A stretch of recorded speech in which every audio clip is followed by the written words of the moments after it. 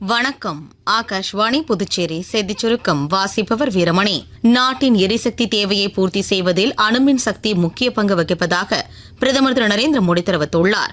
அணுசக்தியின் முக்கிய பங்கு குறித்து மத்திய இணையமைச்சர் டாக்டர் ஜிதேந்திர சிங்கின் ஆழ்ந்த கருத்துக்களை பிரதமர் திரு நரேந்திர மோடி பாராட்டி வெளியிட்டுள்ள சமூக வலைதள பதிவில் இவ்வாறு கூறியுள்ளார்.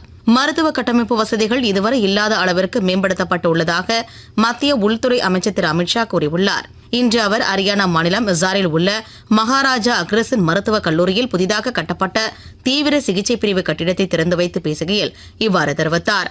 புதுடெல்லியில் இன்று நடைபெற்ற சுகாதாரத்துறை மாநாட்டில் கலந்து கொண்ட மத்திய இணையமைச்சர் திருமதி அனுப்பிரியா பட்டேல் புற்றுநோய் பாதிப்பு தொடர்பான விழிப்புணர்வு நடவடிக்கைகள் கூடுதலாக மேற்கொள்ளப்பட வேண்டும் என வலியுறுத்தினார். கிராமப்புற இளைஞர்கள் புத்தாக்க தொழில்களில் ஈடுபட முன்வர வேண்டும் என்று மத்திய நிலக்கரித்துறை அமைச்சர் திரு கிஷன் ரெட்டி வலியுறுத்தியுள்ளார். ஹைதராபாத்தில் இன்று வளர்ச்சியடைந்த பாரதத்திற்கான தொழில் முனைவோர் அலுவலகத்தை திறந்து வைத்து பேசிய அவர் இவ்வாறு தெரிவித்தார்.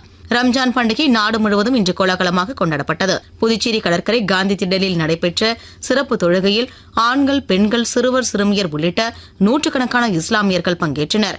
பின்னர் ஒருவருக்கொருவர் கட்டித் தழுவி ரம்ஜான் வாழ்த்துக்களை தெரிவித்துக் கொண்டனர்.